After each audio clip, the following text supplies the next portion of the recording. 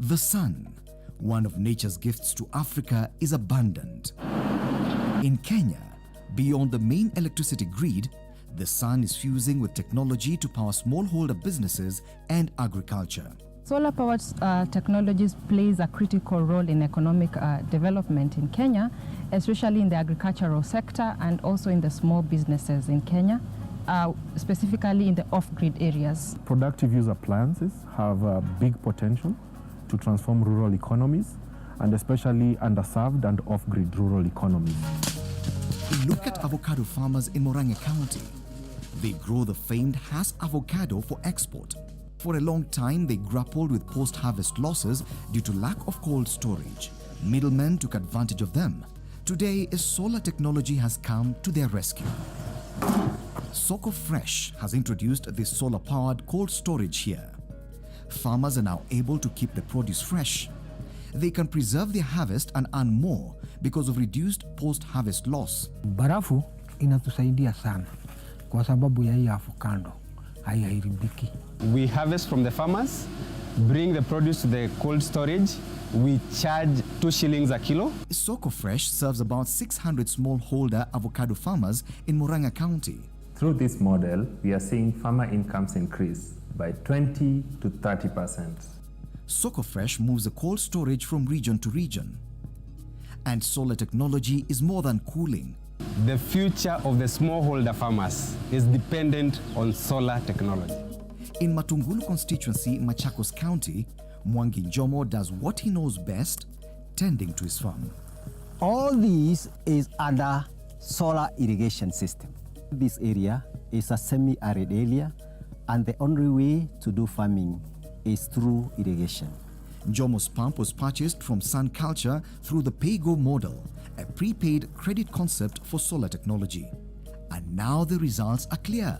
This sweet potato, it is a product of irrigation. Today, Njomo can happily feed his family and sell the surplus.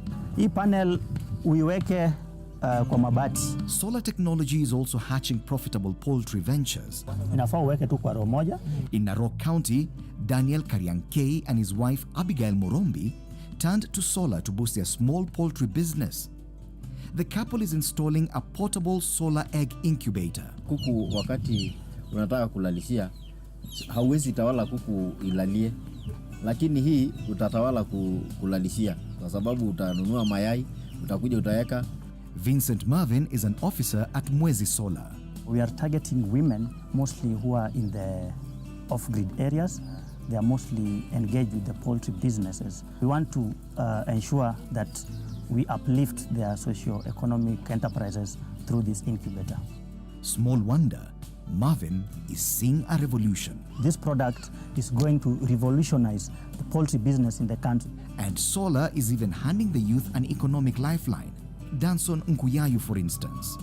He uses a solar barber kit to run a profitable shop. Hiyo iko na pesa sana. Ndio imenisaidia sana. Imenisaidia sana, nimefanya biashara mingi sana.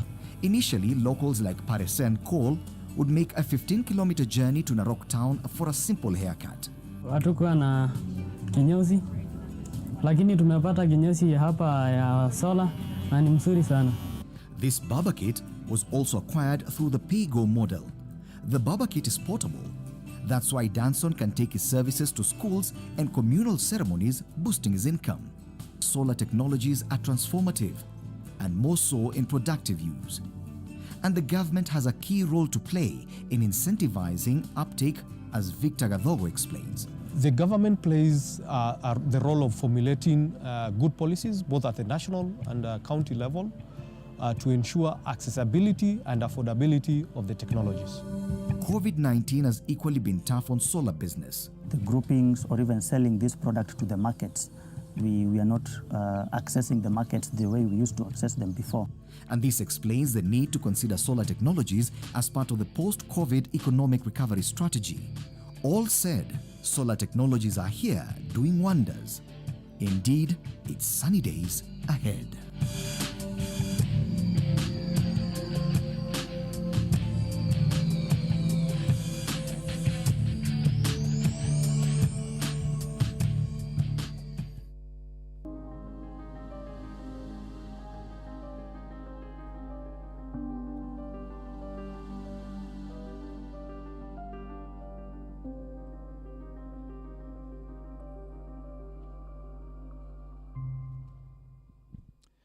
Welcome back to this amazing afternoon session. I want to believe that you've enjoyed your lunch break and the rest of the conversations you'll be having and networking as well.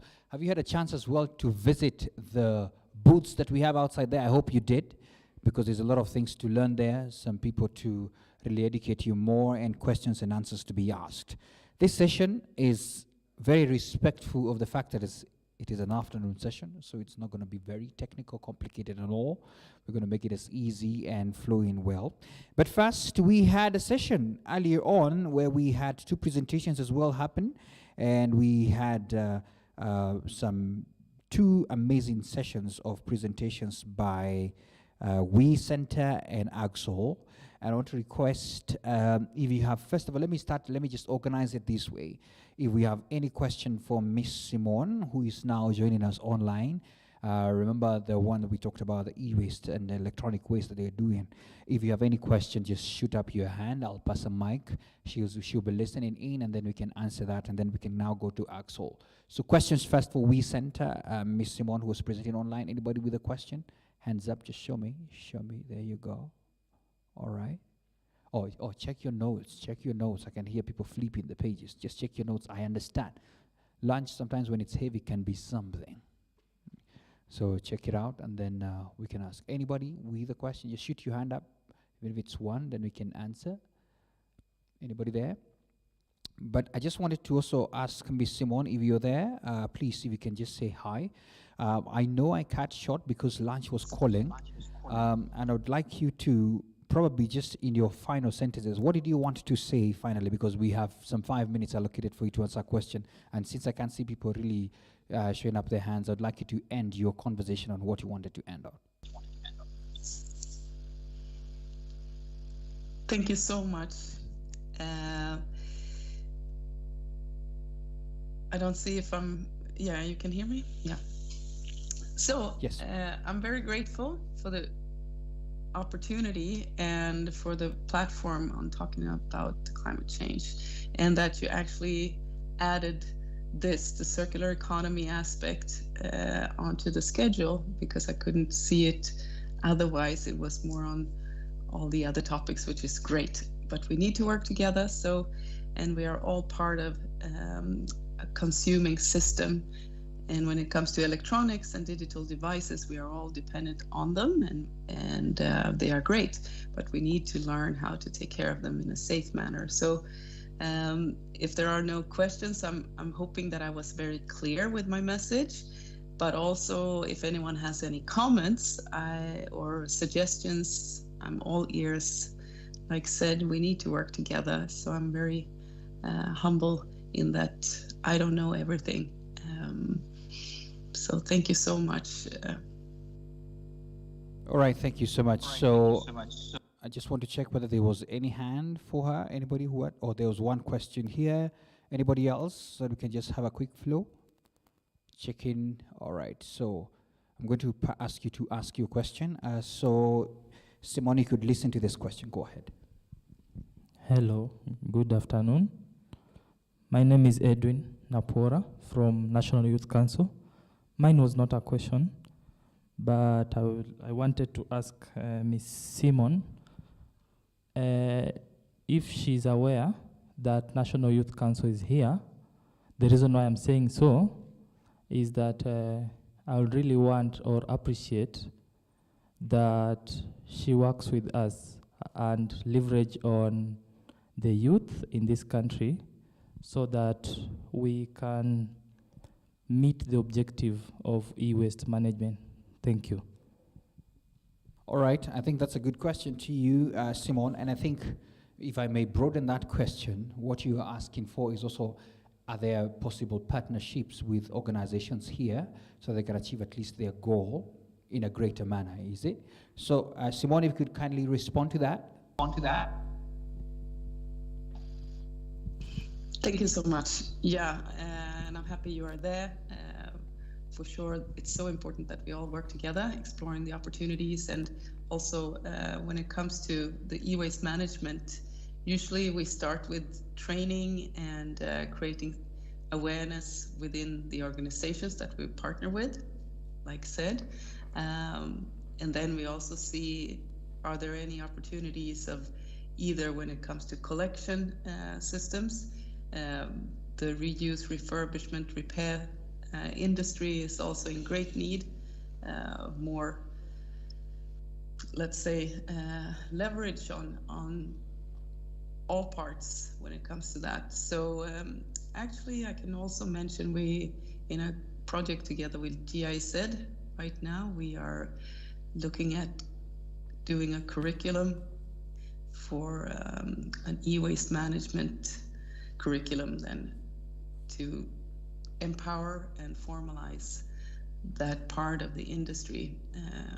And of course, once you have a curriculum that can be placed within certain institutions, we can also then work towards the sector that is already working with this, the informal sector within waste management and the repair reuse industry.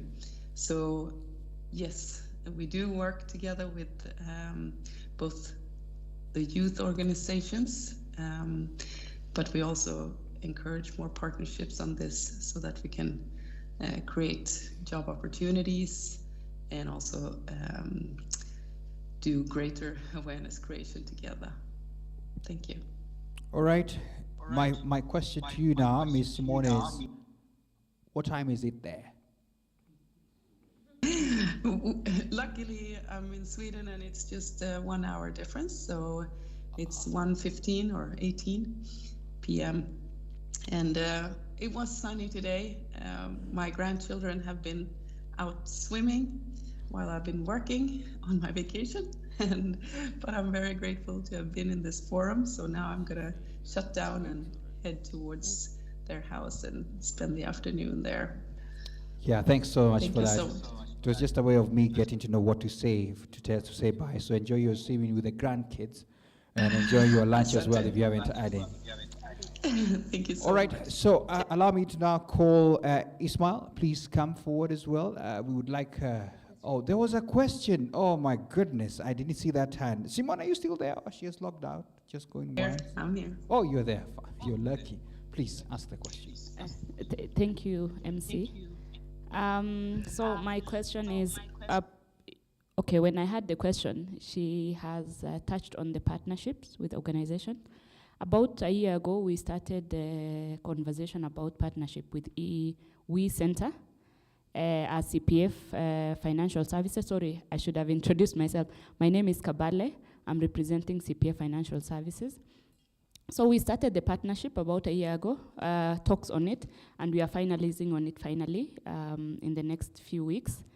My question is, yes, we have done sensitization training for our staff, and as we speak, we even have the e-waste bins at our premises.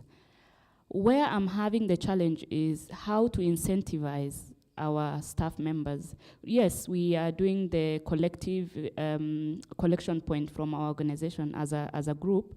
However, I still want our staff to be able to bring all the junks that are at home. And I've been having a very difficult time because it's one of my initiatives to incentivize them. How can I make them bring all those e-waste that they are holding in the houses? Okay, great question. Simone, briefly. Thank you. Yes, this is a challenge in general. What I've seen is it's about 50-50. Some people are just extremely happy to finally be able to empty their drawers of old broken earphones and batteries, etc. And even the corners where they might have 3 stacked printers on each other. But then we have some people who just don't really feel that this is what they want to do, even though they don't utilize the items. And it's kind of hard because the monetary value is unfortunately not huge, and the costs of taking care of all of this is quite substantial. So we are looking at what kind of incentives could be done, especially to private households, because also it's basically you don't dispose very often. So if you have a little bit of electronic waste 1 year and you go with it, you usually then collect for some months or even another year before you come and dispose a few items again. So in that, we don't see that it, given monetary incentives, is really what will spark the interest. So maybe we can work with others where we collectively say that once we have so and so much kilos from a company or from an organization or from an area, then we will, for instance, plant, and not just plant, but actually grow trees in that specific area or in a designated area chosen by the company. So I would be very happy to discuss these different opportunities of how to incentivize. I'm sure there are brilliant minds out there. So let's just take it forward. But we've been talking about different ones, and then comes, how do we do this? You need to have a system. So that is also something we're looking at, the digital opportunities of giving feedback to a client or a customer or person who comes and disposes, so that they can get instant feedback on thank you, and this is what happens with the disposed items. But then, of course, also potentially extend that thank you. All right. Thank you so much for that. And then I just have a final one from We Don't Have Time. Please, if you could shoot it straight, and then we close that session with Madame Simone. Thank you so much for the opportunity. My name is Peter Kamal from We Don't Have Time. To Simone, I would like to ask, okay, we understand electronic waste is everywhere in the country, even in the villages. So what criteria are you using to create awareness around recycling electronic waste? And again, how many centers do you have currently for the collection of these particular products? Thank you. All right, Simone. Thank you so much. Thanks, Peter. Very happy to see we don't have time there. Well, we try to reach out through our different partnerships and, of course, ourselves. We have technicians across the country also working for both Computers for Schools Kenya and We Center. We have our Digitrucks that I mentioned in my presentation, and the people around there. When we do the trainings, we also sensitize and teach about the e-waste awareness.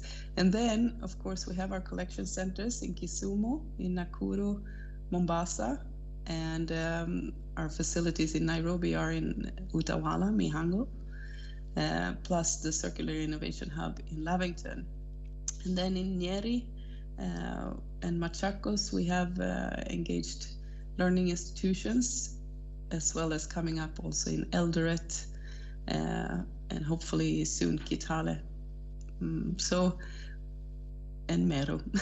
So we're working through partners and partnerships to create the awareness. But then, of course, in the rurals, when it comes to collection and logistics, it's an intricate question, because we can't just go around driving our trucks, of course. When it comes to climate, you understand that. So we try to do our expansion very strategic, so that we follow the paths where we already have logistical ways of collection already. I don't know if I answered fully, but we also work together with Interreligious Council of Kenya, because they have branches all over the country to all the religious institutions. So that is something we just finalized on the MOU. So I'm looking forward to the actions through them. All right, Simone, for your responses, and thank you so much. Now let's allow you to enjoy that afternoon session. Now, Isma, if you could kindly as well come, now that you're present here, you could actually join me here so that at least you can see everybody around. We come with a microphone. I think your presentation touched many lives, because almost touched everybody's daily. No, please come up, like come up here, because of the, the photographer would like to capture you, speaking from the podium. So anyway, so what questions did you have? This table had a lot of them. I think they consume that kind of product every day. But I just want to see by show of hands so that we can quickly just do a quick run. Any question on this end? Let me start with this side. Anybody who feels like they need this gadget at home? Okay, I think let me jump to the ones who crowded here after. So this table, I can see one. Everybody? No, summarize. Now anyway, 3, yeah? Okay. I can see 3 persons. Anybody else around there? None. And here? This end? Okay, there's one on that end. So let me start with this group and then I'll come for that one. Please, feel free. Do you have a mic there? Is there a microphone on you? No, don't worry. The mic is going to come. There's another one. We have several. This is yours, and this is your place too, Yeah, there you go. Okay, hello. My name is Rose from the National Youth Council. My question to Axel is there a warranty for your device in case there's repairs needed or any maintenance? Very good question. Our device comes with a 1-year warranty. We also have spare parts. And for most of the people who have bought from us, we always recommend them to buy the spare parts in advance. And just to go back to the point I mentioned, we designed it so that it can be used by anybody. So even the maintenance is a very simple thing. I mean, even the bolts that are used, you can even open them with your bare hands, some of them. And then we also give you a toolkit that can easily open some of the different parts when you're doing maintenance. Another thing I'd like to say is that if you're looking at the solar system that we provide, it comes with a lithium-ion battery. Lithium-ion batteries are the same kind of batteries that you have on your mobile phones. The key thing about them is that they have a very low maintenance. Okay, next to no maintenance, simply because they have a very long, very many charge cycles. So a battery like this can be used 5 to 7 years without having any issues in terms of maintenance. So I don't know if that answers your question. Yes, it does. Let's move to the next question. Okay. My question is, while you're going through the slides, and we saw that one of the benefits of this is that it creates new jobs for youth and women. And for my case, I'm speaking, okay, we are sauti ya vijana. So the youth actually will find that majority of the youth hawana kazi, and it's that most youth hawana pesa, let's say that. So how much will this machine cost, and is it cost efficient for the youth? And then my other question is to do with the spare parts. Let's say this machine breaks down, and maybe I bought it for my mom. They're back in Mashinani. How fast or how quick is she able to reach out so that the machine can be repaired? Okay, those are 2 questions. Okay, the first one is based on financing for the youth, I believe. Our plan is to be able to make sure that the machine is available to everybody who needs it, especially the youth and women. The question of financing has been central to what we do. Our plan is to work with youth groups and financing institutions. We do not have the expertise to handle the financing itself. So our goal is to work with financing institutions who can then offer very good loans to youth groups. From there, youth groups can then pay as they continue the business. Because like I mentioned, this is something that can be used as a business for the youth group or the women's group. So it is something that we can explore I hope you will look for me after this and give me your contact. It is something that we would definitely want to do. It is something that has been on our plan, and it's something we can discuss. So I hope you will reach out to me. I am not very scary, so. The second one is about maintenance. We've tried as much as we could to make sure that there's minimal maintenance needed for the machine. However, we have agents all over, based on different regions, who can be able to service any issue, any major issue that might come up, depending on where you are. So it is something that is possible, and we are always looking forward to helping our customers wherever they are. Excellent. And then finally on that table. Good evening, everyone. I'm Boniface Omondi Onyango. Actually, I really want to take this thing back at home. Please. but then, I would want to know if I'm going to use it for business, what is the runtime? As in, what is the production? At what rate? And how fast can it run? For how long before maybe you give it a break? This machine is able to mill maize flour at 65 kilograms per hour. I am assuming that if you're looking at it on a commercial aspect, you're looking at it as having the target market being your village community, people coming in with 2 kilos, 3 kilos, 5 kilos to mill for their own consumption, and then they pay a service fee for the same.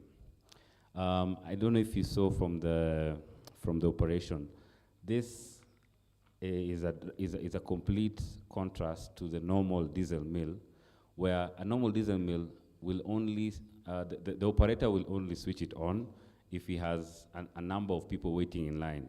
This is because it's only economical if he switches it on, because it takes a lot of power for him to mill a kilogram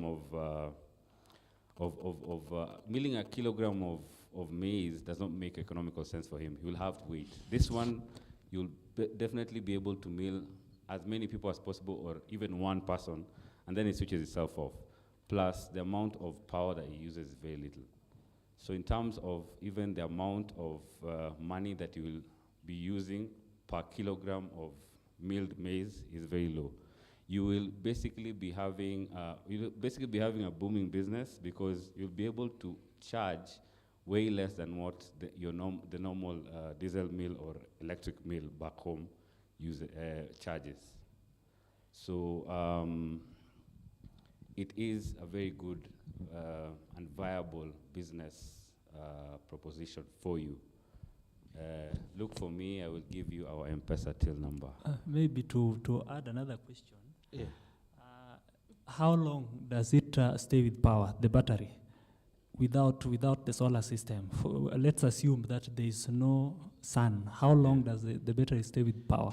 So the battery will be able to charge it for 45 minutes before it goes off. However, we are looking at it, if you're using the battery, that means you have a solar system. And the solar system that we have is 600 watts, meaning that it is big enough even during times of very low sunlight, you'll still be able to have enough power to charge the battery. And plus, like I said, people will be coming in one at a time, 3 at a time. You will not have any problem in terms of people coming in and not getting the service that they need. All right. I think you have a lot of business. This man will go with this thing. From what I have seen, the specificity of the questions, I can feel one. There's another person as well who wants to ask a question. It's a cameraman behind. You know, we can't see them. But he also was interested. But even as the mic is going to him, it's important to let you know that this is transparent. You can see the unga coming out, not like the other one in the village where you just wait, a miracle, and you don't know whether they have taken some. Sorry. Anyway, Please, your question, please. Yes, my name is George, cameraman. How long can one use it before, say, overheating? How long can it run? So basically, that was one of the major issues that made us look into the motor that we use. Because overheating is more or less a function of the motor that is used. What we have here is a DC brushless motor.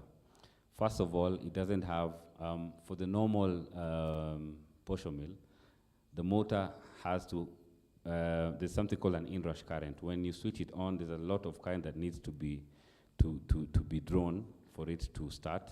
This doesn't have that. Another thing is that in terms of overheating, we have had it do up to 5 hours without having problems, 4 to 5 hours, which I think 4 to 5 hours will have done something like over 200 kilograms done, which if that is what maybe one of your biggest customers has come with 200 kgs, will have done it. We are looking at it based on the cases where schools come in for their school feeding programs. 200 kgs is more or less enough for even for a day. Actually, it's more than enough, and this has been used for the same. So in terms of overheating, it's not an issue that will be plaguing you as a mill owner. Okay. There was another final question on that end. If you could kindly pass the microphone as well to that end as well, so that at least we can get that final question. Thank you. So part of my question has been answered. It was on financing. However, I know this is a product that is very much suited for vulnerable communities. And probably buying it for 140, 150 is not cheap for them, yeah? If someone cannot live, if they cannot raise $2 a day, then they might not be able to have this. So like the concept of M-Copper, I think D-Light, most of the solar companies have a payment system where you give them the product and then they pay as they use, yeah? So probably, it's a suggestion and also a question whether you guys will consider that, but it will be a nice thing if they are able to get it and pay as they use, pay as they go. Great question. The pay-as-you-go platform is something we are looking into. We have not yet started rolling it out. However, it is something that within our control board, it's a program that we can just, it's just awaiting installation in terms of, that's the only thing. Because we have the capability to read, you can be able to get information based on people paying. You can be able to get the data on its own. So it's just something that we need to upgrade. It's just a software update in a way, but we have not rolled it out because we are still working on the modalities of how the whole thing will work out. Because like I said, we do not have the expertise to handle the financing part. We need to work with other partners. So it is still something that we are working on, and to make sure that we reach as many people as possible. So it is work in progress. Great. I think if you have any other question, you have your tent right outside, right? You have a nice place there. You have, if you want another practical session, it's going to be there. If you want to take some unga and go test as well, I think they have enough maize. So thanks a lot for your time. A round of applause to him as well, and for allowing us to have that session. I also like to say sorry to the MC. There was no ugali today, but hopefully we'll give some of the flour tomorrow. Thank you. Yeah, he's actually apologizing to himself because he was wondering, he was hoping he will have some ugali from this place, but not to worry, not to worry. So, but I'm sure this is something, as someone has put it, it can really work, especially for communities in the vulnerable places. And if there's a way of them getting together and get one as well, it could help them as well. So for those of you who have already seen a business opportunity, take it up. Now, we're going to have some presentations here, very quick ones. Each is about a maximum of about 15 minutes. And we're going to start with Lillian Mutua, who's the head of Health Promotion Unit at NMS. And they are doing great things, and would like to hear from her end in relation to this subject what she has to say. So I want to request Lilian Mutua to kindly come forth. You'll join me right here at the podium so that at least we can get to understand what are you doing on the ground in this city. A round of applause to Lilian Mutua as she comes as well to let us know some of the activities they are engaged in. Karibu sana.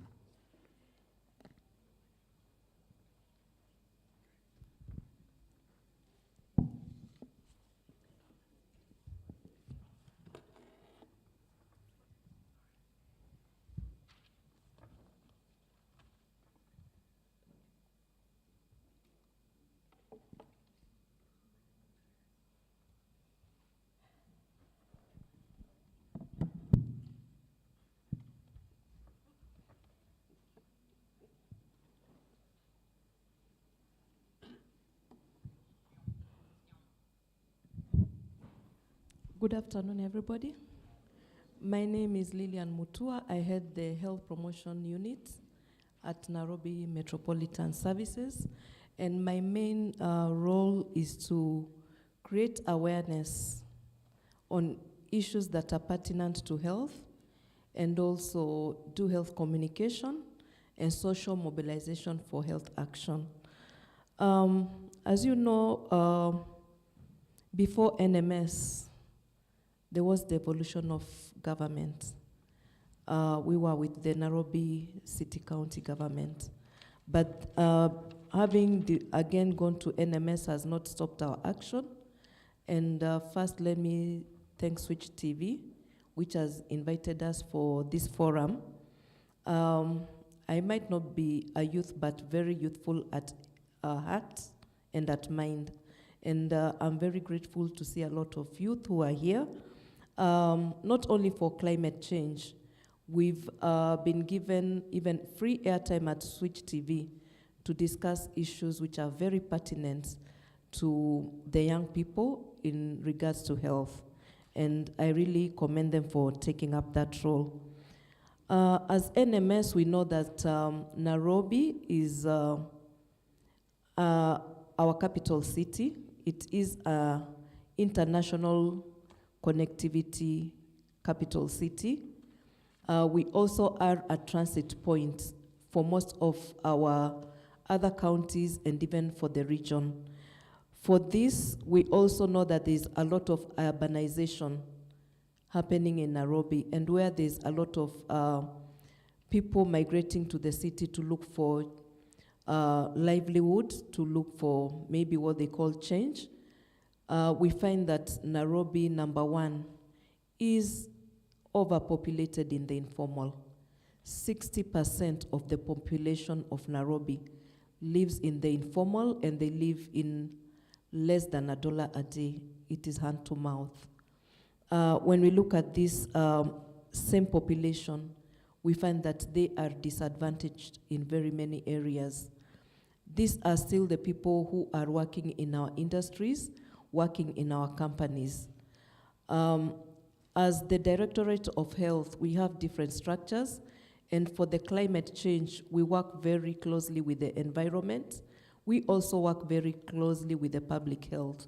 As you know that when it comes to issues of environment, as much as NEMA is there, the Public Health Act also has to be observed. Why I'm talking about the informal, when we look at our city in Nairobi, where the informal settlements are, that is towards the eastern part of Nairobi, that is where we also find the companies, the big companies and the industries. And maybe that is why also the people who are working there also reside in the informal settlements that are close to that. When we look at in the houses, what are they even using for fuel, for cooking? So as NMS, through our community health services, we are looking at how to reduce the indoor pollution. Let me just take each of one who is here aback and ask ourselves, are we also polluting the air at household level? what is the type of fuel that we are using. If we take an inventory from January, have we used a charcoal stove? Have we used kerosene? What are we burning? Is it safe for the environment? What are the later effects, not only to the environment, but even to ourselves? And I'd like to maybe just request the young people to ask themselves. You might, the young generation, we are eating from the fast foods. If you go to the informal settlements, most of them, because of the cost of fuel and the cost of food, they are not cooking at home, but what are they cooking with? When I walk into the informal, I find that they are using firewood, timber. And that is the same food that we are going to eat. And that same pollution is going into the air. So you might think that you're in a very safe place because maybe you are not living in the informal, but the air that we breathe is the same. Thus, if you have any radical cancer cells, this could be propagated by the air. We have a lot of vehicles. When we look at the type of fuel they are using, is the fuel being burnt well? If you go to our matatu and our bus terminuses, I'm sure that some of us maybe already say we have allergies. Where are these allergies coming from? Maybe from the same air. When we look at the Nairobi River, what is happening to Nairobi River? I happen to have been brought up in childhood in Nairobi. The water was so clean. We went to Uhuru Park to ride the boats. The water was so clean. What is happening to the environment? Right now, if you alight even from your own personal vehicle and walk into the streets, you look at your shoes, you look at your, maybe you've just passed somewhere and your clothing even has dust. What is happening? So it is high time that we not only say that, because we are NMS.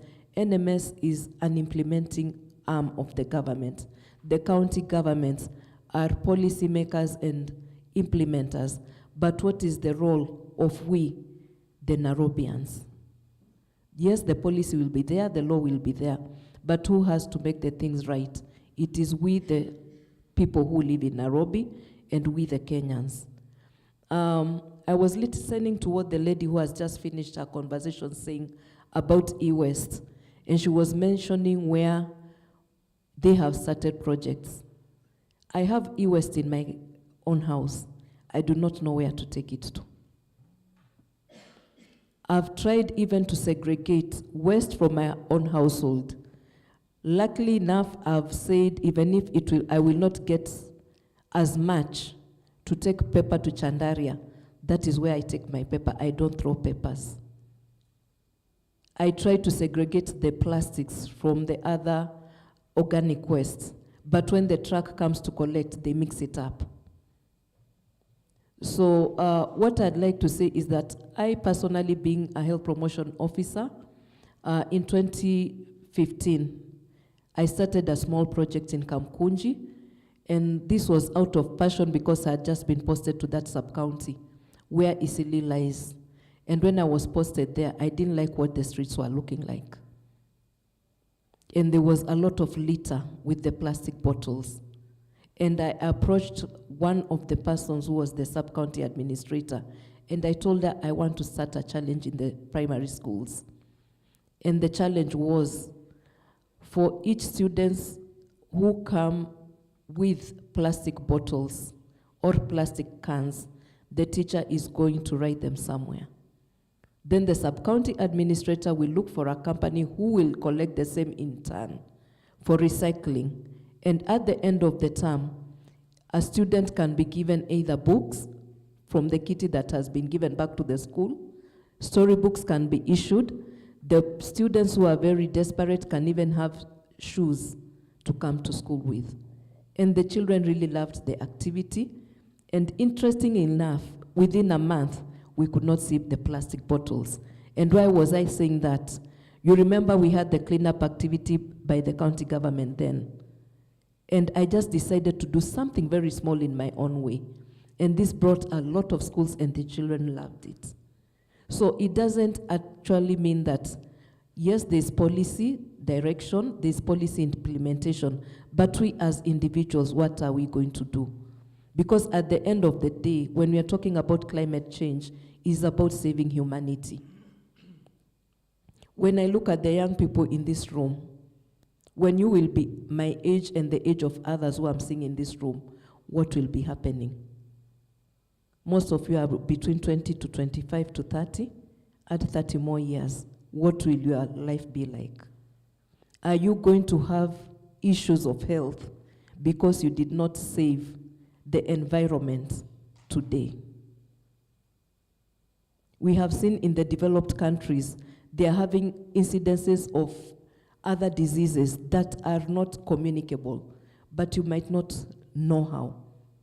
We all are crying for Kenya to be an industrialized government and an industrialized country where we are able to have resources which are even going to give employment to the people, and we are going to move a notch higher. But at the end of the day, with industrialization, that is development, it will open up jobs. But have we first put the safeguards? The water that we are consuming, I've just looked at the way the climate has changed. Like the last, I think 3 days ago in Nairobi, it was we were just feeling like we were freezing, not actually cold. We have had this in July, but not as much as it was happening. I had to call a relative in the coast and ask them, how is it in the coast? She told me it is freezing and raining. Yet we always know that when it's raining in Mombasa, it is humid, it is not cold and rainy. So we will attest that there is climate change. And when there is climate change, we might expect flooding, drought, other calamities. We have seen how much of bushfires that are happening, forest fires, even if not in Kenya. We are seeing mudslides. We are seeing tremors, earthquakes. All this is because of the climate change. But as Kenya, as East Africa, as Africa, we do not realize that because it's happening elsewhere, it might also soon be with us. So what are we thinking? When I look at the devastation that we are doing to our forests, the young people, I'm one of those people who hug trees. I was looking at some trees around and I want to give them a hug before this session is over tomorrow.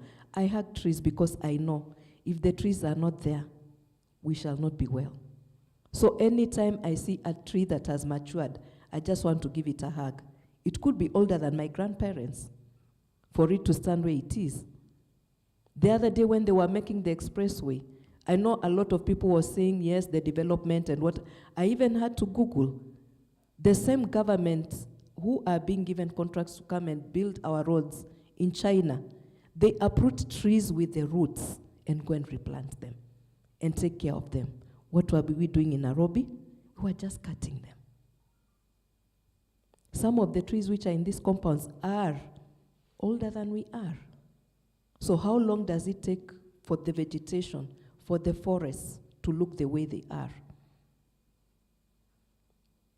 So I would just like to say that to control climate change, yes, it's good we are in this forum, but for those of us who are having children, can it start there? When your baby, and now we are in the CBCC, I'll always mix you up because I'm a health promotion officer. So I look from myself, from without, from you, from people elsewhere. And that is how I drive my conversations. Today, if any of us has a child who is 2 years old and above, anytime they're eating a fruit that has a seed, can we put that seed into the soil and let them understand how it will sprout and what it's supposed to be, and how that same seed can give you the fruit that you ate? Let us look at nature. Right now, if we just walk out of this compound, we'll find a lot of littering. My friend was telling me to put off the mask. I'm now putting on a cloth mask, not the other one. Why? This one I'll wash. The other one, what do? I burn it. What do I get end of that burning process? Something that is solid. So I'm imagining if it burns into something like that looks like plastic, what about that has been buried under the soil? When the rains come, will the water infiltrate into the ground? Then we are saying that our water tables are becoming scarce and scarce. The ladies in the house who have children or who have had children, and those yet to have children, we are using the diapers. The other day I was Googling about the diapers in the US. They are using the ones that they can wash with their washing machines. So we need to be resourceful as the advocates of environment and not take what other people are taking out of their lifestyles and adapting, but let us be at the same level. This conversation shall continue tomorrow, maybe through me or through another person from our office. And I hope that we are not only going to make Nairobi safe, but the whole country. So I really want to say that the Youth Alliance, I know you work very close with the reproductive health coordinator. Kindly also come and work with the health promotion department. We need to do more. We need to save humanity. COVID-19 is here with us. We have the prevention and the control measures.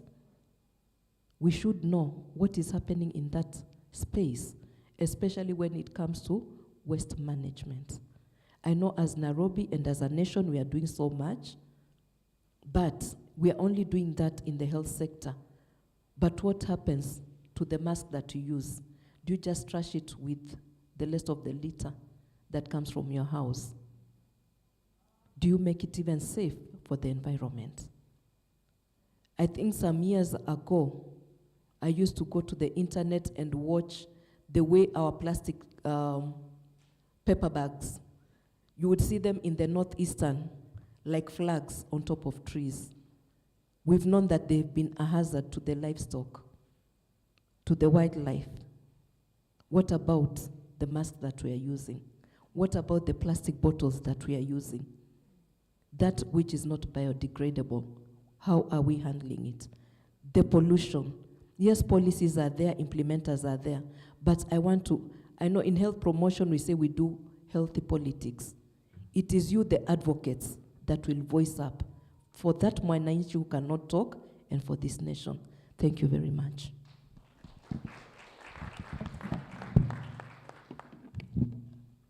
Thank you very much, Lillian, and we appreciate the work that you're doing.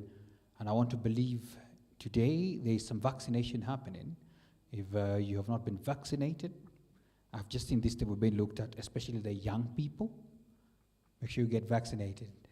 If you have been vaccinated, get some booster, right? Oh. Yes, we're having a vaccination booth right where the other booths are. We are giving, for all those who have not been vaccinated, you can start. We can still give you the second and the booster. In case you have delayed even in getting the second or the booster, kindly you are welcome. In case you also want to ask for anybody who is without of this room but is within Nairobi, kindly take my number, even for any other health issue. 0721 633 866. 0721 633 866.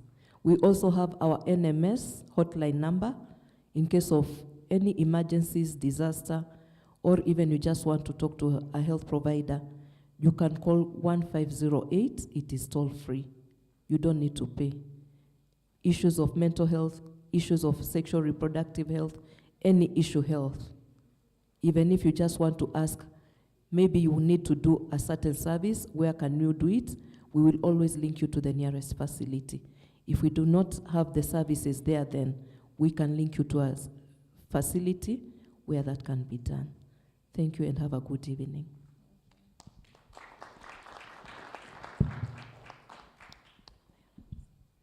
Thank you. Thank you so much. Another big round of applause, please, to Lilian Mutua. And just before she sits, anybody with a question to Lilian? She was so clear, straightforward, and that's the reason why there is no question, because I think everybody understood. One more round of applause to her, please. Thank you so much for that. Wow. You know, I think she spoke to some people. I didn't know, in fact, that's a research I need to do, that especially these diapers that are used almost every day, a child would use about 3 to 4. And where are they dumped, by the way, you know? I think those are questions that we need to ask ourselves. Are we becoming the dumping site of our own selves by using non-reusable products here in the country? That's also an opportunity as well for the people who can bring us, you know, reusable materials that we can use for such cases. Now, we also have in the house the organization that has the most interesting name that I've had for the day. We don't have time. We really don't have. And Patrick Carey is here.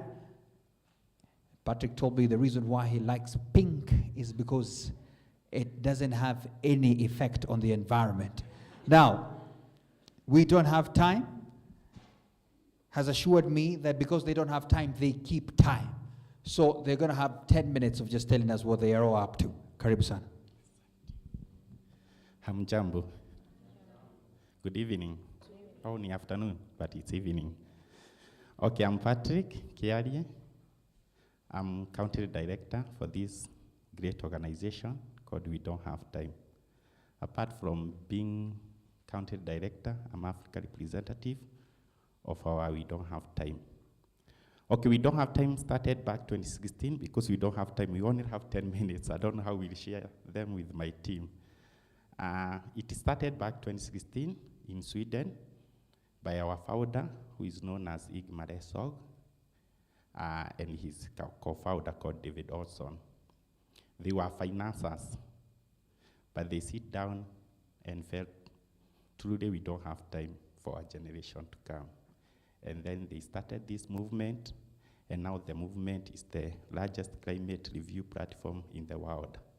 Apart from that, they have other offices in Washington, D.C., and now Kenya, we are representing Africa, and we are happy because of that.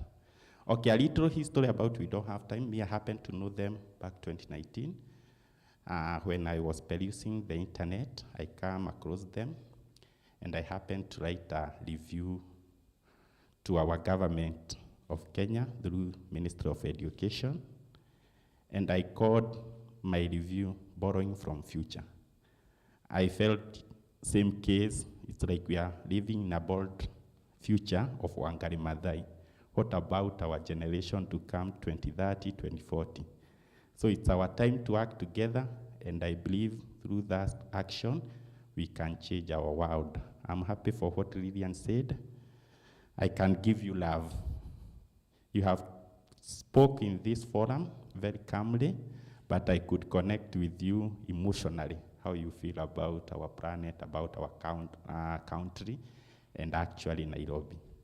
So we work under 3 reviews, which are our pillars. We call them 3 pillars, which the first one is climate love. Whoever is doing good, we urge them to continue doing good. Like what Lilian started, or like this forum, what is doing is something good, so we give them love. And the second pillar is idea. We are all sitting here.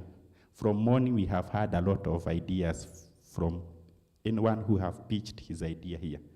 And they are good because they can give solution of tomorrow. So we need to encourage them to give ideas, to share those ideas with one another, and you never know, it will help and it will save our planet. The last pillar we have, we call it warning. I think warning inakuanga hivi. Okay, warning. We warn everyone who is doing bad thing toward our planet. Like right now I can see in our tables there is bottles. We are happy, we are drinking the water that bottles are carrying. But make sure at the end of the day you carry your bottle and put it at the right place where it can be recycled. And in that way, you will save our world in one way or the other. I'll not talk much. Now I need my Edwin come do the presentation very fast. I think I've taken 3 minutes, so we have 7.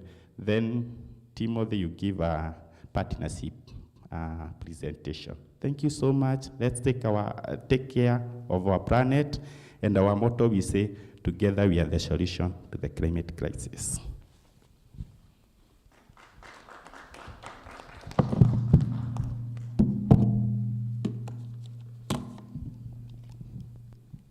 Hello, good evening. Mmeboeka. Wakenya mko aje? Thank mnafaa kuwa fresh barida ama welo welo. Sawa sawa? So my name is Edwin. I'm a representative of We Don't Have Time. And I think my director has spoken almost kila kitu. So I'm just going to share with you briefly about We Don't Have Time and dig deeper on some of the points that he has touched on. So we have a presentation you can follow through. So yeah, basically, We Don't Have Time. That is the name of our organization. We have a video. Technical team, play, please.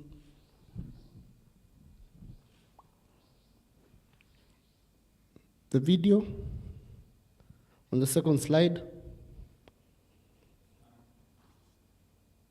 Okay.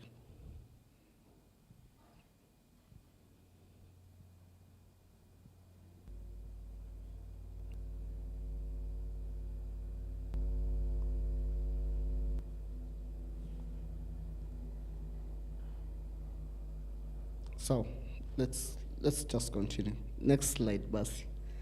Do you want to act on the climate crisis but don't know how? With our app, you can send climate reviews to organizations and leaders. Our team reaches out to the organization to encourage dialogue. Just download We Don't Have Time. Tap the green Create button and choose type of review. Give climate love to people doing great stuff. Create a climate idea to suggest a solution. Or send a climate warning to those who hurt the planet. To increase your impact, you can share the review, because when enough people agree with you, organizations and leaders will change. Many even want your opinion, because we have to work together. Do you want to be part of the solution? Do you want to be part of the solution?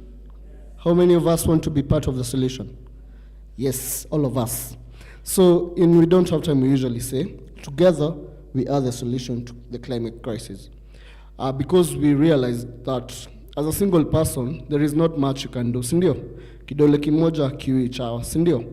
But when we come together as a group or a crew or a unit, we can be able to do a lot. And that is the opportunity that our application offers everybody. It's readily available on Play Store for those with Android phones, and for those with iPhones, iko pale via App Store.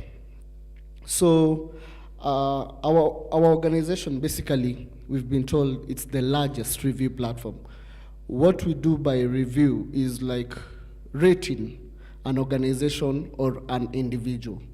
If an individual is doing something good, you've been told, you give them climate love. If you're doing good towards the climate, you're giving climate love. If you're doing something bad towards the climate, if you're an organization or an individual, you're given climate warning. Sindio, a climate warning is, next slide, please.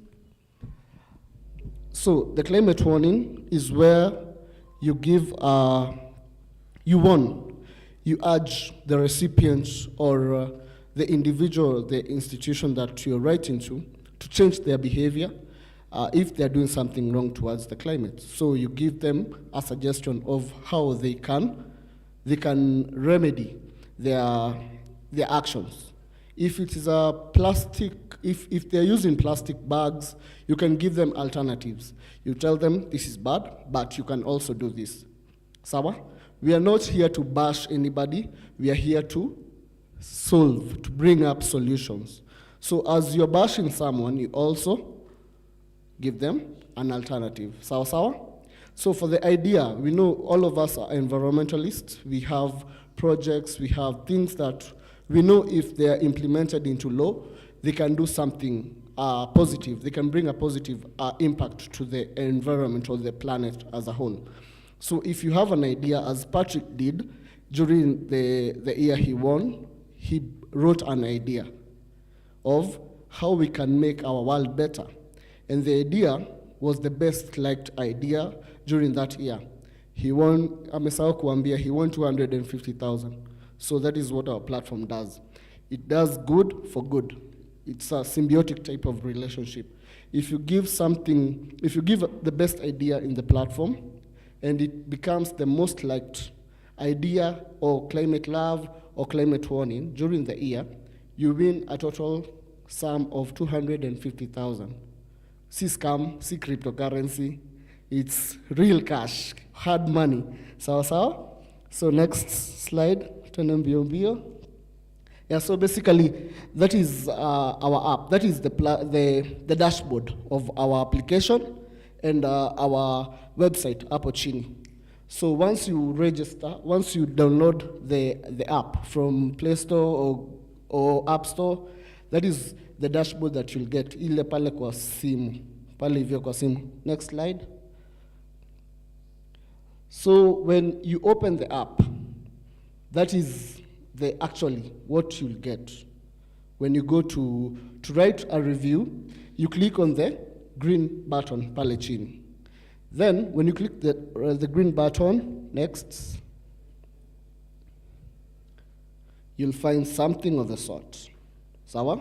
So we have 4 categories, but we always measure on the 3: the climate love, climate idea, and climate warning.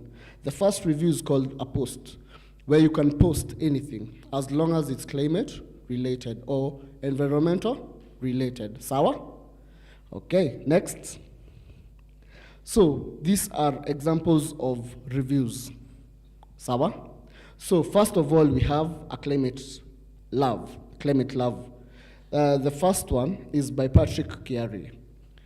The climate love was written to Alok Shamar. Mnaona? Is everybody there? Yes, yes. And the second one, I'm the one who wrote it. I wrote it to Eliud Kipchoge. Why did we write this climate love to these individuals? Because they are doing something good towards the climate. We are trying to praise them and encourage them to do more towards bettering our planet. Sawa? Next. Now we go to the climate warning. This is where we bash and also give alternatives. Sawa? So the first was addressed to the European Commission. The second one was to Boris Johnson, who is the Prime Minister, who was the former Prime Minister, sindio?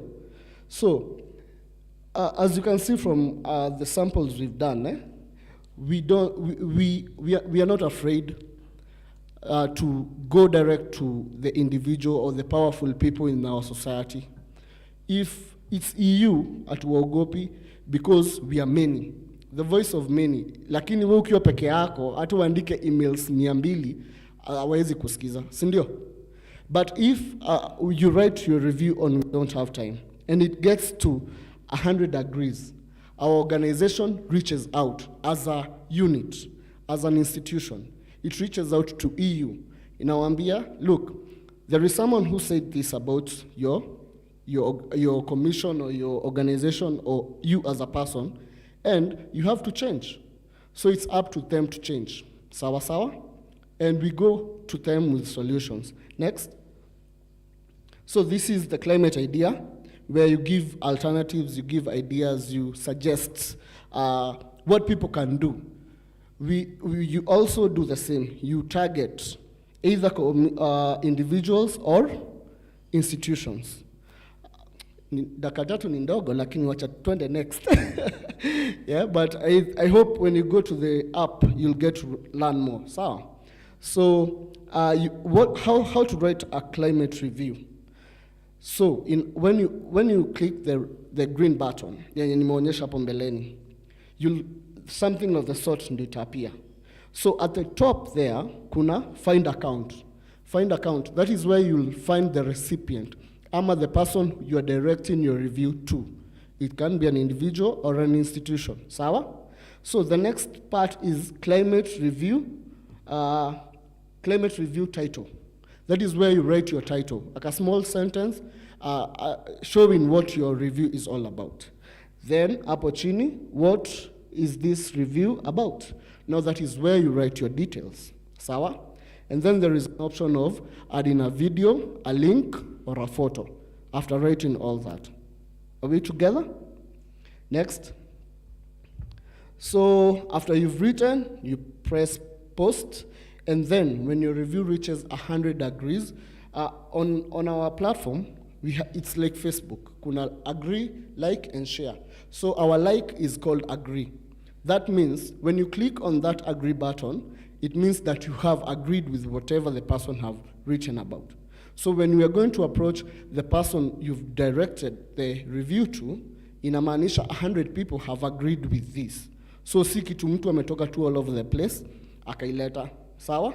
It's not cooked na uko alafu inaletwa. People have seen it and they've attested that that is what is happening. Next.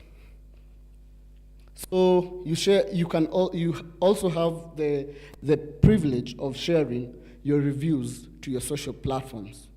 So see, we don't have time to. You can also share it on Facebook, Twitter, LinkedIn, once umeiandika kwa our platform. Sawa? Next. Namaliza, MC.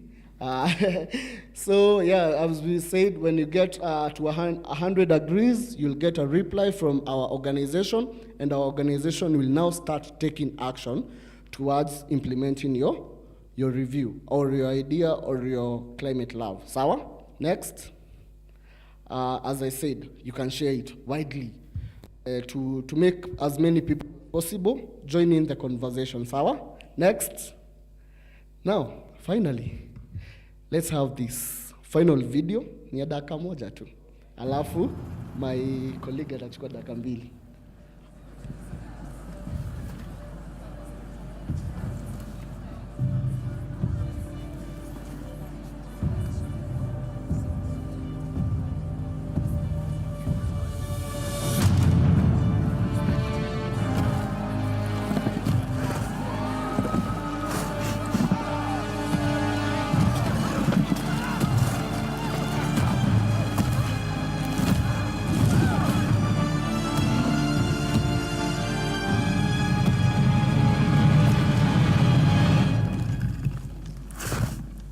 You okay? You need a minute? Cool. Okay.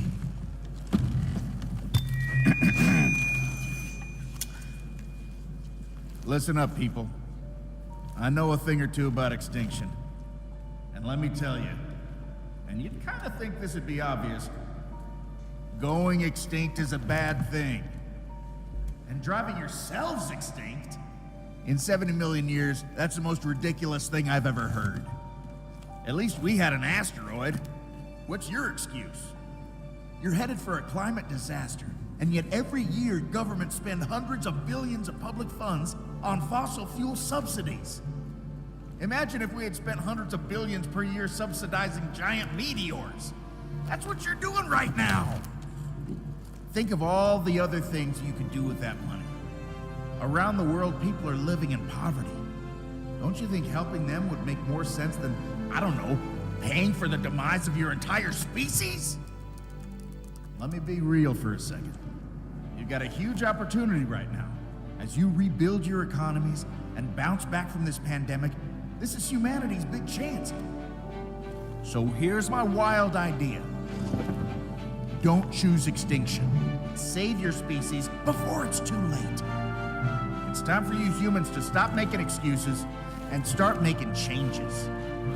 Thank you. Thank you so much. Let's start making changes and stop with the what?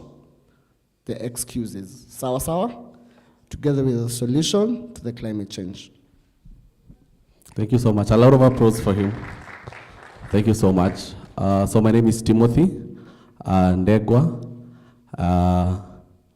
I'm here to represent We Don't Have Time, and my area of operation is on the partnership arena.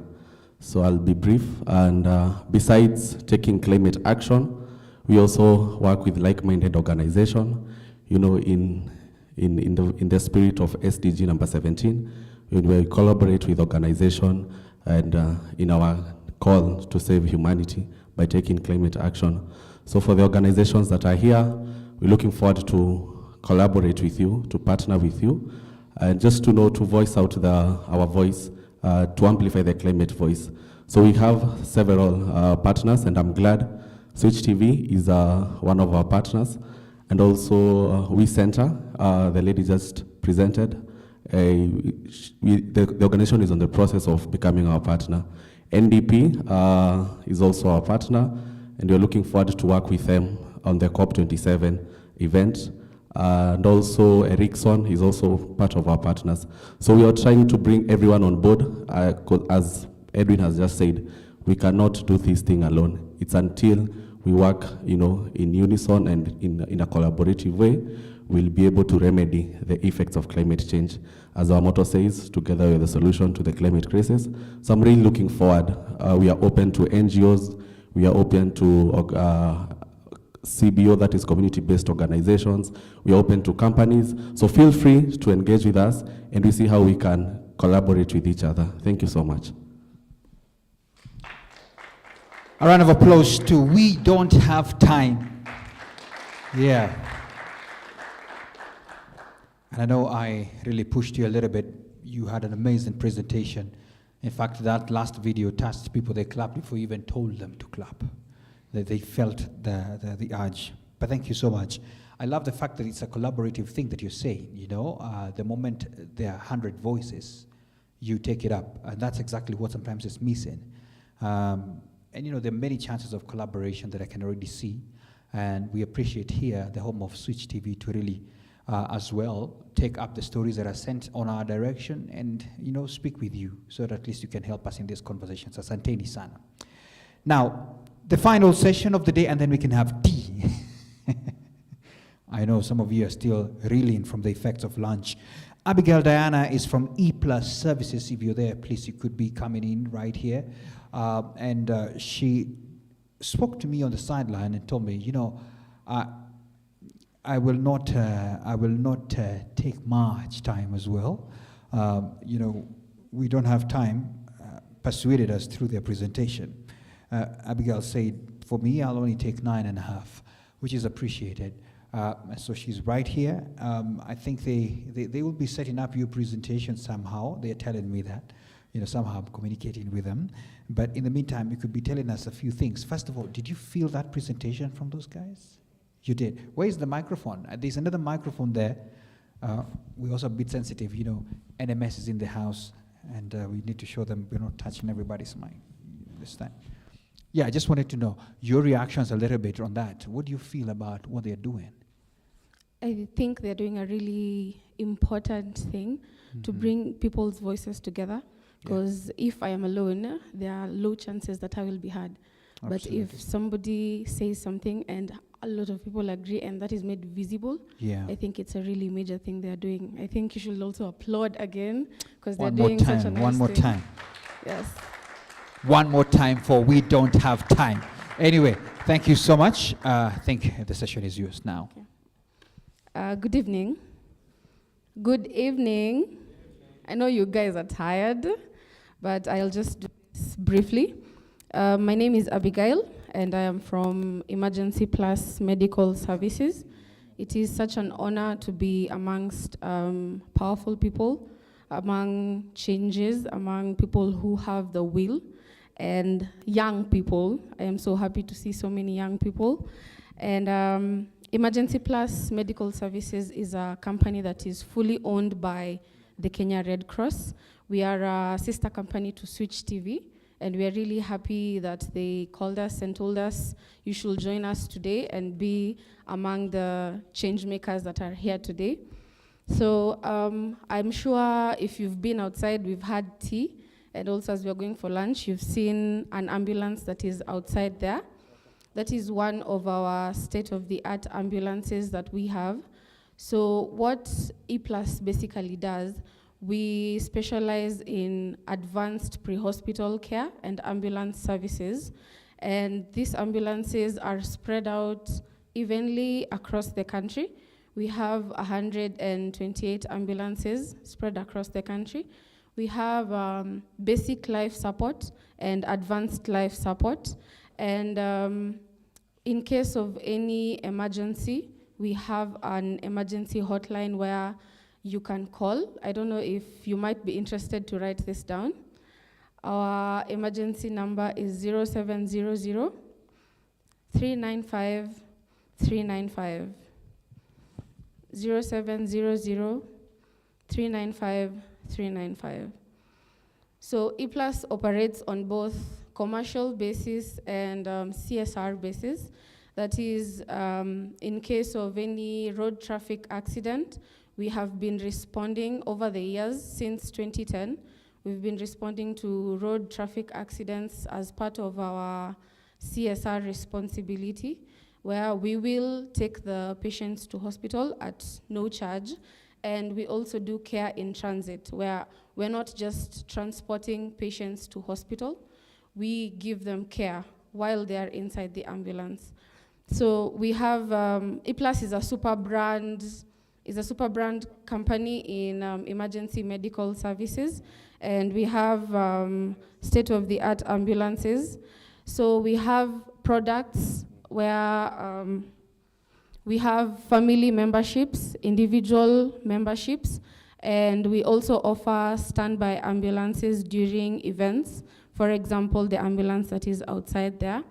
So you can choose to subscribe for our membership that is annually, and during this period you get unlimited ambulance services during an emergency.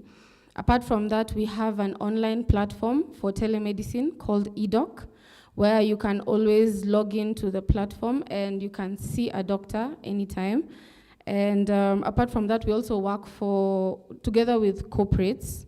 That is, we have corporate memberships and partnerships like NHIF. We have partnered with NHIF to provide medical emergency services for NHIF members, declared members. So if you're a NHIF member, you're entitled to ambulance services. I think outside there are some display booths where we have our first aid kits on display, and we also have some of our stuff there. I think if you need any more clarification on what E-Plus does, you can visit us in our booth, and we will be glad to tell you what we do as E-Plus, and also sell to you our first aid kits, which are quite affordable. It is really important to have a first aid kit to manage the minor injuries in case of any emergencies. I think that's my time. Oh. Any questions, especially on the ambulance coverage? I know you see a lot of our ambulances on the roads and you wonder, what are these guys doing? Do these guys charge? Any questions? This is your time. I think when there is no question, it means they understood you very well. A beautiful round of applause as well again to Abigail for that presentation. The fact that she was that fast means that's how fast the ambulances are in case of an emergency. So we appreciate you for that. And really, it's a good job that you're doing. You know, we have a lot of people who do politics with health and environment, and it's not supposed to be like that. And so we appreciate such organizations that are there, really, that are neutral and will come in through to save us. There's so many takeouts today, and I wish I would summarize this for you, but tomorrow we shall, because tomorrow we shall also be having another beautiful session as well, and I can't wait for you to come. Please come early tomorrow. You know, the fact that, let me address this to the young people in the house, because they are this sorted. The fact that sometimes waking up in the morning, you have to start jumping up and down, preparing your breakfast, it takes a lot of time. Switch, and then tired of these organizations have enabled us to have some tea, which will be set here early. Like today, it was set up by around 8 o'clock, we were on tea. So I'm just trying to encourage you that you can come early tomorrow, and then we shall have this session. So at this moment, guys, allow me to leave you with a short interview that was recorded earlier. And also just to encourage you, remember that you can interact and ask more questions. Some of the panelists that were here are still around, and they're here for you to interact with them, answer your questions, whatever things you may have. Please remember you can do that. And also to give a shout out to all our online viewers today and online audience that have been there. Thank you so much for your time. Tomorrow, same time, same place. We shall be here, and we shall be having more in-depth discussions, and we shall do a wrap-up as well as we look at what has been there in the offering. I believe when I look at the tent there's some cups arranged in a very nice way. It means there'll be tea for you as well. Soon we are done. Thank you so much for your time. For the online audience, my name is Maina Shege. It's been an honor having this session for today. See you tomorrow. For the live audience, we are still here, and I'll leave you with that particular interview. If we could cue it right now. Asanteni sana.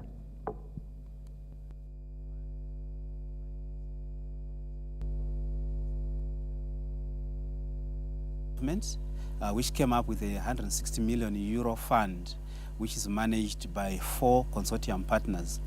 These partners are divided into 2 pillars, comprising SNV, the Netherlands Development Organization, Worldwide Fund for Nature, as well as on the other side, FMO, the Dutch Development Bank, and Climate Fund Managers, which is a private equity firm. So what we are doing, firstly, is to look at the countries that we want to assist, and to do so, we look at which countries are climate change vulnerable, and within those countries, we also look at how best can we intervene in those countries to assist alleviate the impacts of climate change.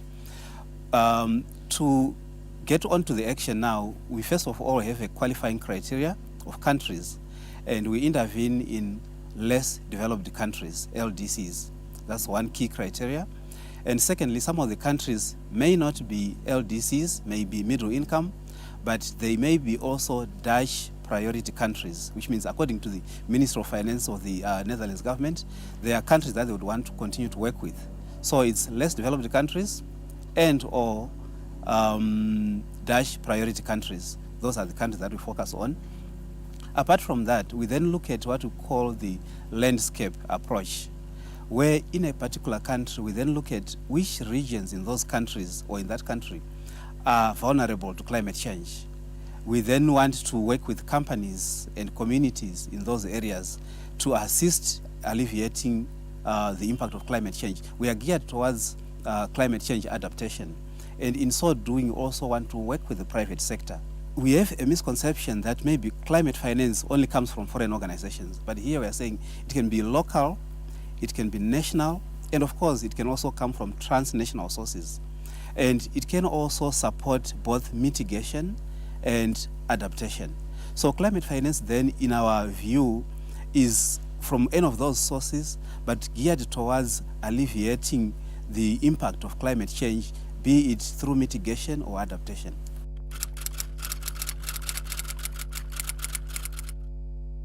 COP26 is billed as one of the most important meetings of COP that have been held in the recent past, mostly because it tried to, one, from the temperature mitigation area, but also it was focusing on how best can we bring about finance to all those areas that need to be assisted. Through COP26, there was an appeal that developed countries try to raise and mobilize and provide $100 billion annually, which will then be channeled towards assistance of less developed countries in various areas that they need assistance in towards climate change alleviation. Those aspects of COP26 in the resolutions that were made were targeting, for instance, climate change mitigation, climate change adaptation, but also knowledge transfer and technology transfer, so that they can then be assisted, because this is something that we run short of in terms of financing and also technology.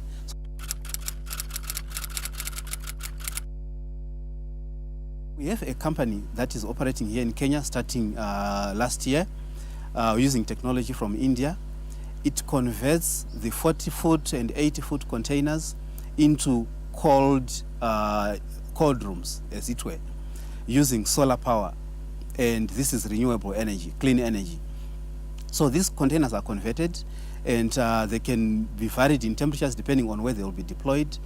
They also are mobile in the sense that once they are converted and are functional, they are moved from one area to a farming area, closer to a farming area where such cold chain is required. So as farmers harvest their perishable products, be they vegetables or fruits, they can then store these in the containers. So there is no deterioration by harvesting and keeping in the house. When the container is full, a truck comes and carries this container to the market. Again, where there was previously deterioration because of heat, because of poor transportation mechanisms, the product is now maintained in good quality because, one, it is in cold storage, and along the way, it is transported in a manner that it reaches the market still in good quality. This may be to the local market or to the export market.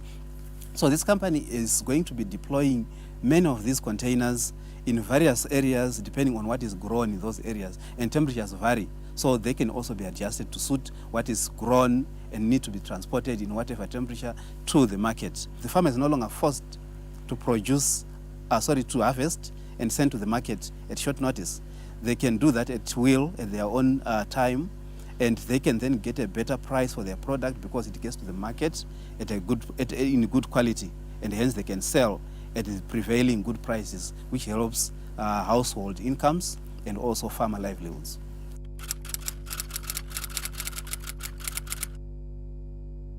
To be able to work with the DFCD, a partner or a project needs to be one that promotes biodiversity in the area of operations.